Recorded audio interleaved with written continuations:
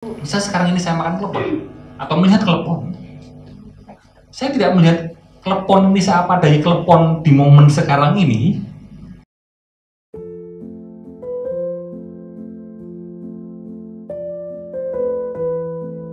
Setiap kita mungkin merasa aku tahu pasanganku. Mungkin kamu merasa bahwa aku tahu kok dia. Kamu udah beberapa bulan menikah sama aku, serumah sama aku, bahkan sekasur sama aku. Jadi aku tahu dia. Mungkin suamimu juga merasa aku tahu bojoku dia ngerti gitu. Dan ketika kita sudah mulai merasa tahu pasangan kita, itulah jadi sumber masalah. Karena sebenarnya kita tidak pernah benar-benar tahu orang tersebut. Yang kita tahu hanyalah memori kita mengenai orang itu. Misal dirimu nanti malam ketemu suamimu misal. Berarti suamimu ini kan sudah berbeda dengan dia di masa sebelumnya kan, bahkan di hari kemarin. Dirinya setiap orang adalah selalu menjadi orang baru di setiap momen per momennya. Tapi sayangnya kita seringkali menjarakan orang, dia itu orangnya begini, hanya berdasarkan tumpukan memori kita mengenai orang itu. Dan demikian juga sebaliknya, pasangan kita juga beranggapan seperti itu.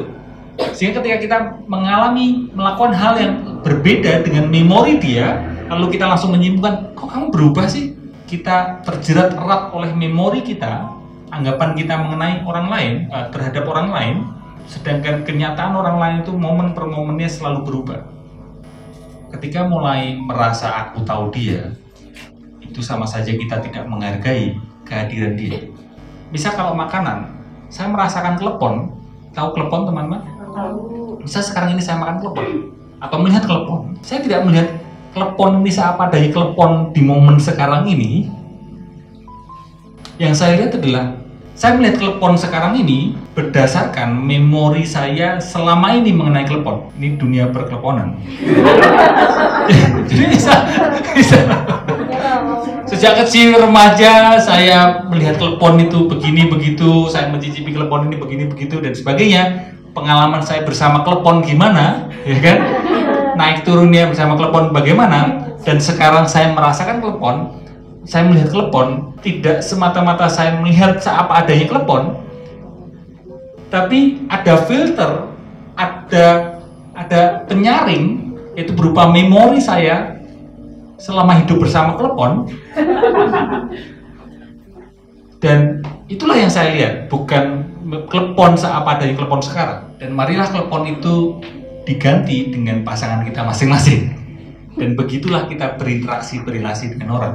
Bagaimana kita membaca sosial media, kita tidak membaca seapa adanya tulisan di situ, tapi ada keterlibatan memori berdasarkan apa yang selama ini kita alami. Dan mari kita renung bersama, jadi selama ini kita selalu terpenjara memori sebenarnya. Kita selalu hidup di masa lalu. Sadari itu dulu. Tidak perlu tergesa-gesa gimana caranya keluar dari masa lalu. Sadari bahwa via negatif file tadi, sadari bahwa iya, setiap saat kita dengerin lagu misal, si A, si B dengerin lagu yang sama, beda dengerinnya. Kenapa? Karena filternya, memori dari kecil, dari lahir sampai sekarang, pengalaman yang dialami berbeda-beda. Oke? Dan terakhir, kita mungkin merasa bebas, aku bebas kok memilih pekerjaan A, aku bebas kok memilih dia. Kan merasa kayak, mungkin tadi kan, kelihatan aku punya kebebasan untuk memilih bahwa dialah yang menjadi pendamping hidupku. Pilihan itu pun sebenarnya pengaruh dari keterkondisian selama ini. Maka dari sini tidak perlu terlalu takut untuk memilih. Karena apapun pilihanmu, tetap aja itu gara-gara itulah filosofi klepon. Masa lalu kita masih terpengaruh masa lalu. Mungkin tipsnya salah satu cara untuk mengendurkan jeratan masa lalu adalah berlatih kesadaran. Kembali lagi, sadari nafas, latihan yang paling dasar, dan sadari pikiran dan perasaan. Gitu ya. Tentu saja jawaban saya tidak memberikan solusi. Karena selama ini kita sama-sama belajar untuk bukan jalan keluar, bukan mencari jalan keluar, tapi cari jalan ke dalam, menemukan jalan ke dalam. Kalau ngomongin soal kecemasan bukan jalan keluar mengatasi kecemasan, kalau bareng saya kita akan masuk menelusuri kecemasan itu apa. Kita oprek, kita ulik kecemasan itu apa.